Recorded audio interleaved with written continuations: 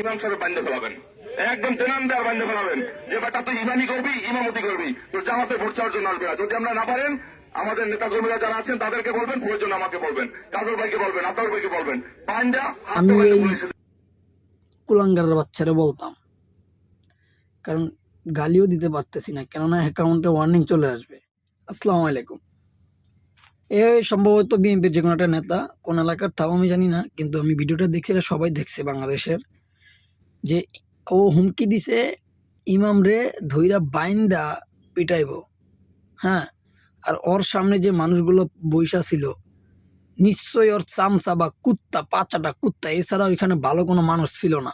যদি থাকতো তাহলে অবশ্যই কেউ না কেউ প্রতিবাদ করতো কি, আমার মনে হয় ওই জায়গায় দাঁড়ায় কথা মানে সেকেন্ড যে কথাগুলো বলছে ওগুলো সুযোগই পাইতো না। জানোয়ারের বাচ্চা কপালে ভালো যে আমাকে মতো একটা মানুষ এখানে ছিল না আর কি, কারণ সব ছিল পাচাটা কুত্তা।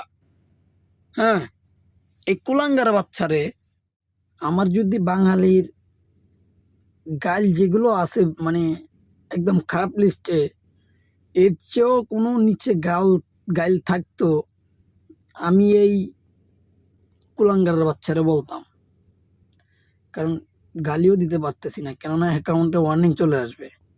হ্যাঁ, এই জানোয়ারের বাচ্চারে গালিও দিতে পারতেছি না। ওরে কি কম, ওরে যদি ওর মায়ের নাম ধরেও ডাকে, ওর মায়ের কলঙ্কিত করা হইব। ওরা যে পদাই করছে, আসলে ওরা ঠিক মতো শিক্ষাটা দিতে পারে নাই। নাহলে জানোয়ারের বাচ্চায় ইমামের বাইন্দা পিড়াইব, তা আবার মানুষের সামনে। কার ওইখানে জনগণরাও যে মানুষগুলো আসলো, ওরাও কেমন কাপুরুষের বাচ্চা, ওরা দাঁড়ায় ওর এই কথাগুলো শুনতেছে, আবার নাম ধরে বলতেছে এই লোকের জানাইতে। আল্লাহ তোরে বাঁচাইছে, শুধু ওসব জায়গায় আমার মতো কোন একটা লোক ছিল না, তলে অনেক গাড়ায়া জেন্দা আইসস দুনিয়া অন্দা পাড়ায় দিত।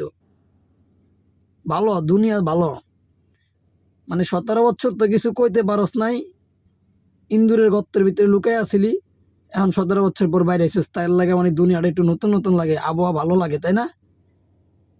তখন আবহাওয়া খারাপ আছিল আওয়ামী লীগের, এখন জনগণের আবহাওয়া খারাপ।